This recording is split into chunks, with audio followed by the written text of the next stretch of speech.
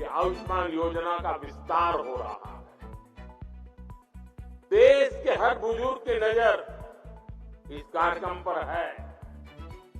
चुनाव के समय मैंने गारंटी दी थी कि तीसरे कार्यकाल में 70 वर्ष से ऊपर के सभी बुजुर्गों को आयुष्मान योजना के दायरे में लाया जाएगा।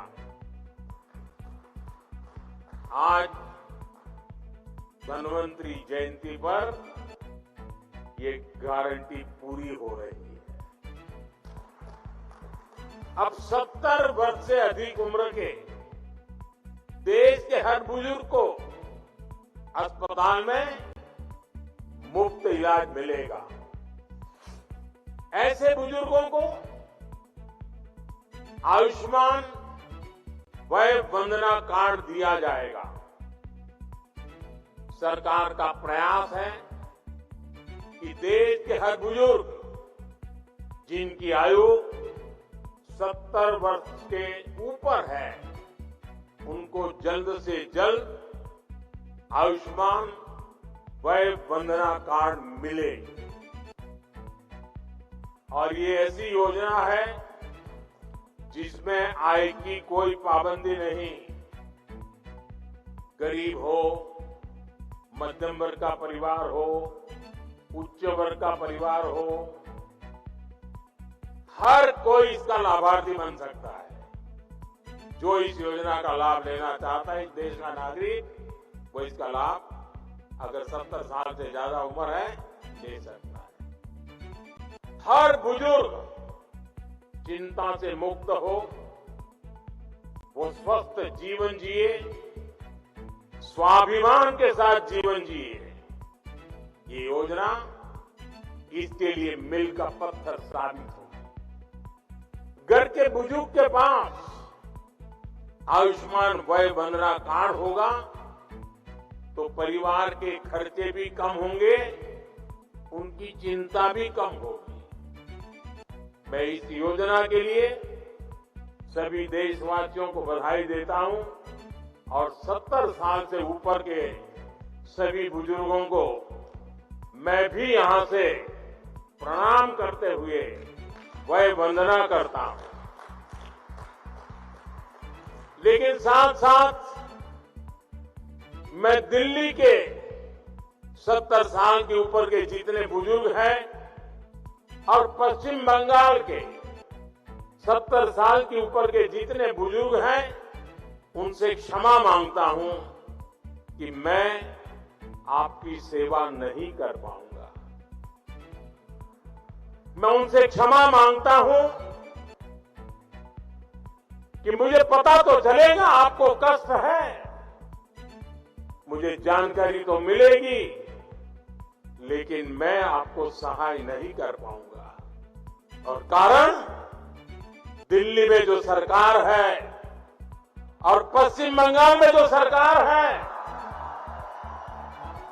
वो इस आयुष्मान योजना से जुड़ नहीं रही है। अपने राजनीतिक स्वार्थ के लिए अपने ही राज्य के बीमार लोगों के साथ जुल्म करने की ये प्रवृत्ति मानवता की दृष्टि से किसी भी तराजू पर खरी नहीं उतरती। और इसलिए मैं पश्चिम बंगाल के बुजुर्गों की माफी मांगता हूं, मैं दिल्ली के बुजुर्गों की माफी मांगता हूं। देशवासियों की तो सेवा कर पा रहा हूं, लेकिन राजनीतिक स्वार्थ की वृत्ति की दीवारें मुझे दिल्ली के बुजुर्गों की सेवा करने से रोक रही है, पश्चिम बंगाल के बुजुर्गों की सेवा करने से रोक रही है। और मेरे लिए ये राजनीतिक पहलू से मैं बोल नहीं रहा हूं, भीतर एक दर्द होता है कि जिस दिल्ली से मैं बोल रहा हूं,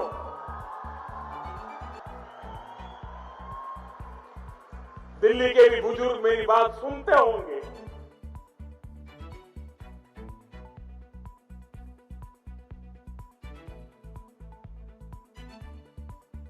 मेरे दिल में कितना दर्द होता होगा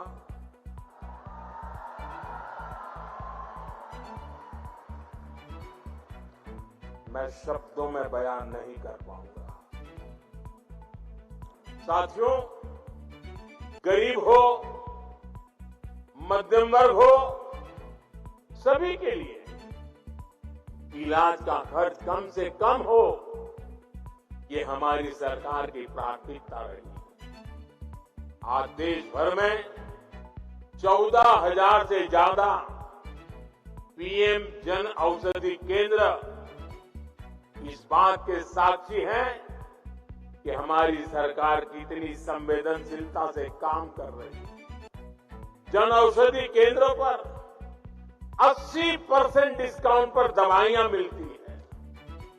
अगर ये जन औषधि केंद्र ना होते तो मध्यम वर्ग को अब तक जो दवाइयां बिकी है उसके हिसाब से मैं कह सकता हूं कि 30,000 करोड़ रुपया उनका दवाइयों के लिए ज्यादा खर्च हुआ होता, उनके 30,000 करोड़ रुपए बचे क्योंकि जन औषधि केंद्र से दवाई मिली, 80% डिस्काउंट में मिली।